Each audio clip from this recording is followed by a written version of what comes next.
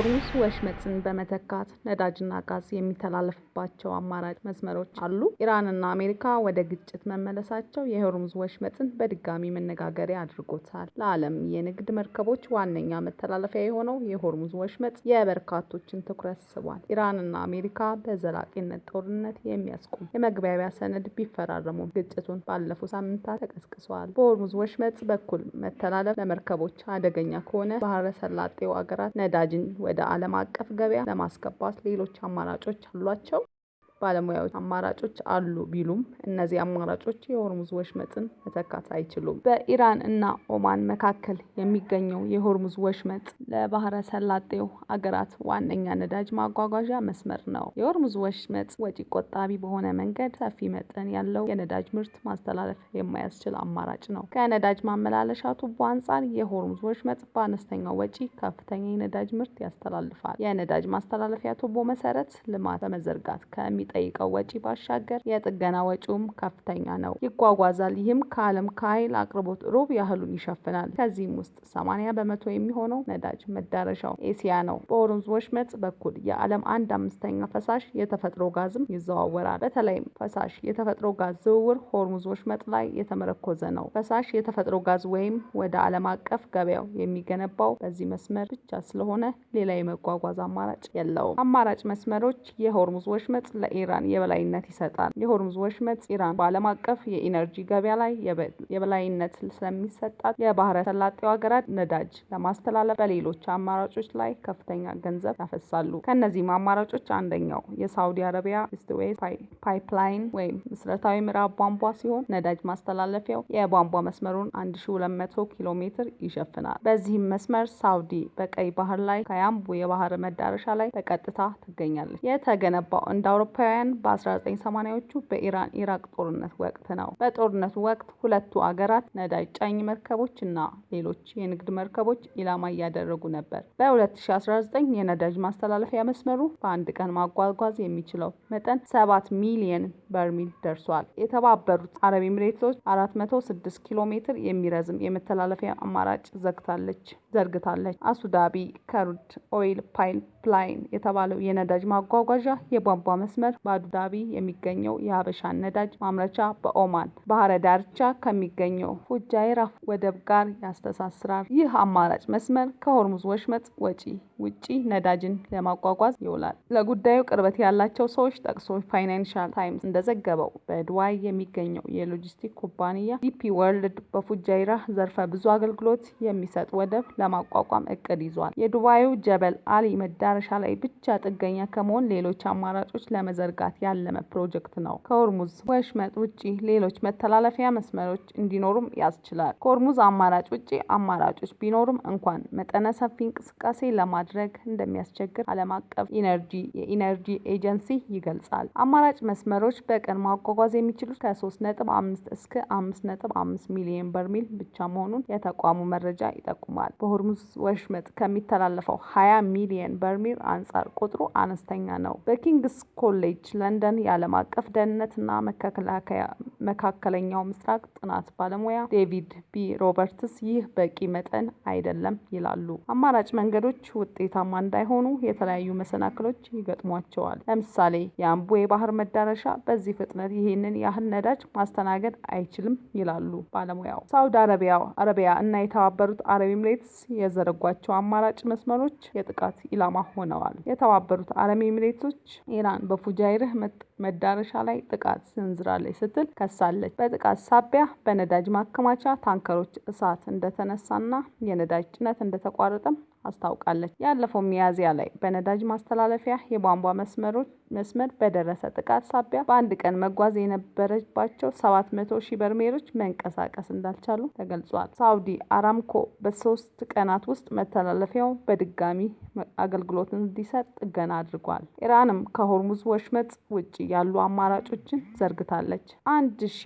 ኪሎ ሜትር የሚረዝመው የነዳጅ ማስተላለፊያ የቧንቧ መስመር በባህረ ሰላጤው ጫፍ ከሚገኘው ጎሬ ተነስቶ ኦማን የሚገኘው ጃስክ የባህር ጫፍ ይደርሳል። መተላለፊያው በአንድ ቀን ውስጥ 1 ሚሊዮን በርሜል ነዳጅ ያጓጉዛል። ከሆርሙዝ ወሽመጥ ውጪ የኢራን ነዳጅ ለዓለም አቀፍ ገበያው ያደርሳል። ማዕቀቦችና የመሰረተ ልማት ውስንነት የነዳጅ መተላለፊያውን በታቀደው መጠን አገልግሎት እንዳይሰጥ ገድበዋል። ሌሎች የውጭ ንግድ አማራጮች ሆርሙዝ ወሽመጥን ብቸኛ አማራጭ ከማድረግ ይልቅ ሌሎች የውጭ ንግድ መስመሮችን በመዘርጋት ረገድ ተጠቃሽ የሆነው የነዳጅ ማስተላለፊያ የቧንቧ መስመር ይጠቀሳል። 970 ኪሎ ሜትር የሚረዝመው መስመር ከሰሜን ኢራቅ ኪርኩክ ግዛት ተነስቶ እስከ የቱርክ የሜዲትራኒያን ባህር መዳረሻ ሺሃን ያደርሳል። ለ2 ዓመት ተኩል ተዘግቶ የቆየው መተላለፊያው በአውሮፓውያኑ መስከረም 2020 በድጋሚ ተከፍቷል። መጋቢት 2026 ላይ በአንድ ቀን የሚያስተላልፈው ነዳጅ 250,000 በርሜል ደርሷል። የመተላለፊያ ለኢራን አማራጭ ቢሰጣትም ከአጠቃላይ የውጭ ንግዱ አንጻር ውስን ነው። ኢራቅ በአንድ ቀን ውስጥ 3.4 ሚሊዮን በርሜል ድፍድፍ ነዳጅ ኤክስፖርት ታደርጋለች። ከዚህም 95 በመቶ የሚሆነው በደቡባዊ የሀገሪቱ ወደብ በአስራ በኩል አድርጎ በሆርሙዝ ወሽመጥ ያልፋል። የኪርኩክ መስመር በባህረ ሰላጤው ማለፍ ሳያስፈልገው ኢራቅን ነዳጅ በሶሪያው ሜዲትራኒያን ወደብ ያደርሳል። የኪርኩክ ሺሃን መስመር በባህረ ሰላጤው ማለፉ ሳያስፈልገው የኢራቅን ነዳጅ በሶሪያ የሜዲትራኒያን ወደብ ያደርሳል። 800 ኪሎ ሜትር የሚደርሰው ይህ መስመር ዝርጋታው የተጠናቀቀው የአውሮፓውያኑ በ1952 ነበር። በኢራን-ኢራቅ ጦርነት ወቅት መስመሩ ተዘግቷል። የቀጠናው የውጭ ንግድ መስመሮች ለማስፋት በሚል መስመሩ እንደ ፎርሲስ የተባለ ፕሮጀክት ሜዲትራኒያን ባህር፣ ጥቁር ባህርን፣ ካስፒን ባህርና አረቢያ ባህረ ሰላጤ በሶሪያና በቱርክ በሚያዝያ 2026 የቱርክ ኢነርጂ ሚኒስትሯ አልፓርስላን ፓይራክተር ባደረጉት ንግግር ኳታርና ቱርክን የሚያገናኘው የጋዝ መተላለፊያ መስመር ላይ ውይይት እንዲደረግ አሳስበዋል። ውይይቱ በ2009 የተቋረጠ ሲሆን በአረቢያን